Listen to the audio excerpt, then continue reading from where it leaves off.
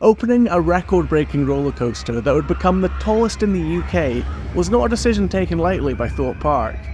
In the end, we got Hyperia, a Mack Rides hypercoaster with a unique layout that broke the required records and has been received favourably. Unfortunately, there's been several issues surrounding the opening where things haven't really gone to plan. Was going with Mack the right choice? And what were the other options that could have been there?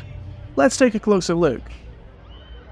When picking a designer for their ride, Thorpe Park probably approached numerous manufacturers, and I wouldn't be surprised if Intamin, RMC, Vekoma, B&M, Gerstlauer, as well as Mack Rides might have submitted proposals for the ride.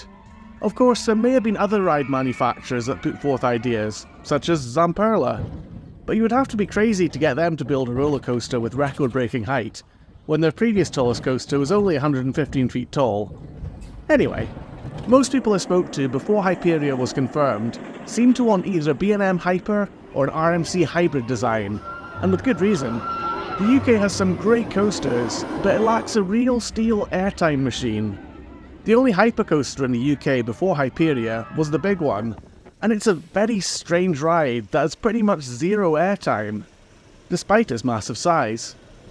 The closest B&M hypercoasters to the UK are Silverstart at Europa Park and Shambhala at Portaventura, and these coasters are great examples of why people wanted a B&M Hyper in the UK. This sort of coaster delivers sustained floater unlike anything you can get in this country. They're impressive, smooth, endlessly re-rideable, and with a high capacity and, in general, they're very reliable. A ride like that could be a brilliant addition to Thorpe Park, and in one of the planning documents for Hyperia, a potential B&M ride design was actually included. This would have used up more space than the Mack design, and would have probably been a bit longer, but as a result of those features it may have been more expensive too. It's also the case that any B&M design might have been more restrictive, because they've never included inversions on any of their Hyper or Giga coasters. B&M often kind of tend to play it a little safe with their designs, and most of the hypercoasters tend to feel pretty much the same to ride, with the occasional standout moment on some of the larger Hypers and Gigas. Don't get me wrong, I really enjoy riding every B&M Hyper that I've been on, but they all tend to have the same elements and similar pacing. A ride like the one proposed would have been unique in the UK, but on a world stage it would probably have just been another B&M Hyper, and given the limitations of how long it would be, it may have been towards the bottom of the pack. Another potential reason not to go with B&M could be the ride's restraints. Now these are really comfy restraints, but B&M Hypers tend to have a restriction of 1.4 metres for height, whereas other manufacturers have lower restrictions, down to about 1.3 metres. This means the ride can be more accessible to a larger number of people. In addition, the upper limits of the restraints on modern Mack coasters are quite generous and fit larger riders, whereas B&M clamshells can be a bit more restrictive and limit who can ride. From a practical point of view, it might have made good sense to go with B&M, however. The park already has two of their coasters, with Nemesis Inferno and the Swarm, and their engineering staff would probably be fairly familiar with B&M trains and electrics and settings. Merlin Entertainments, the company that runs Thorpe Park, also recently bought several B&M coasters for their parks, so it would seem that they have a good working relationship with this manufacturer, and the rides that have been installed have all been pretty reliable, without any prolonged downtime as far as I'm aware. Going with RMC could have been an interesting choice, and I believe Vekoma is their seller in Europe. Thorpe Park even teased an RMC in one of their haunts with the letters TP RMC 24, but that just turned out to be a joke of some sort. It's possible they might have even submitted a design for their as-yet debut T-Rex single-rail coaster, but this would have been quite a high risk for Thorpe Park to choose, as one of these coasters has never been built in reality, so taking on a prototype design could cause numerous problems. Going with one of their steel hybrid designs could have been a good idea, but the limited space available for installation might likely meant that things would have to be quite compact, and it could lead to other restrictions in ride design. Going with Vekoma itself could have also been quite a good idea. In recent years, Vekoma really has gone from strength to strength with their designs, creating some wonderful coasters like Phoenix and Lech. We know they're more than capable of designing a great hypercoaster layout, as is shown by the proposed alternative for the coaster that ended up being Hyperion at Energylandia. We're yet to get a proper modern Vekoma in the UK, however, so they're more known for their hang and bang SLC models and family coasters.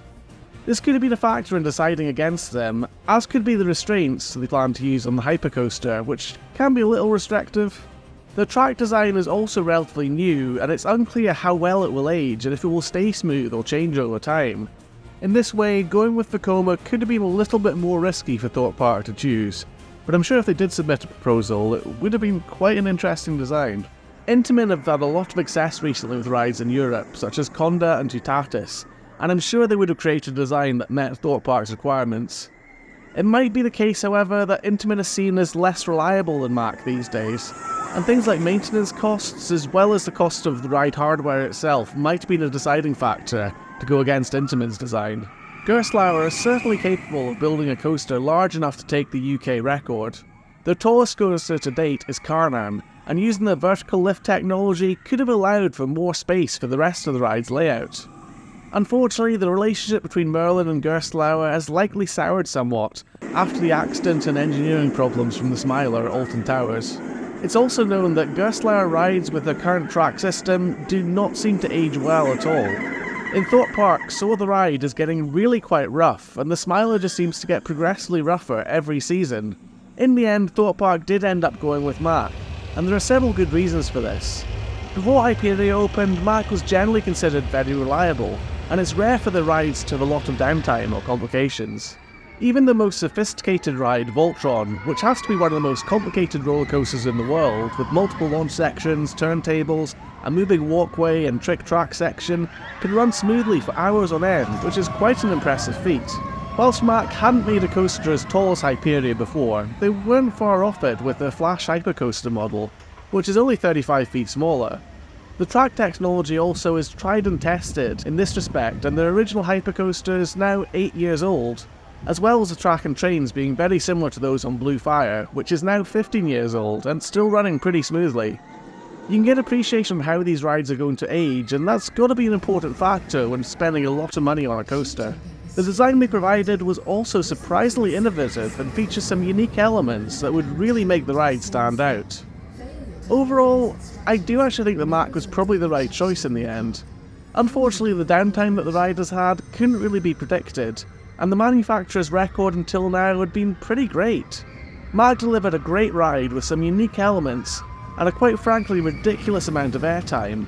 It's something that isn't just unique in Britain, but pretty much unique in Europe, and even on the world stage.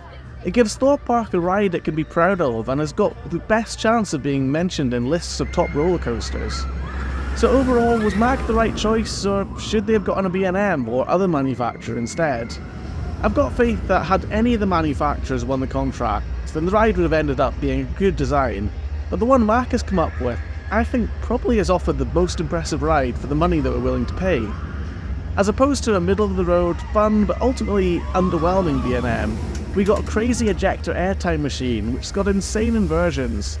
Yes, it's short, but with the amount of money Thorpe Park was willing to spend to get a coaster to break the UK height record, whatever we ended up with was always going to be on the short side, and so it really had to maximise its minutes to stand out.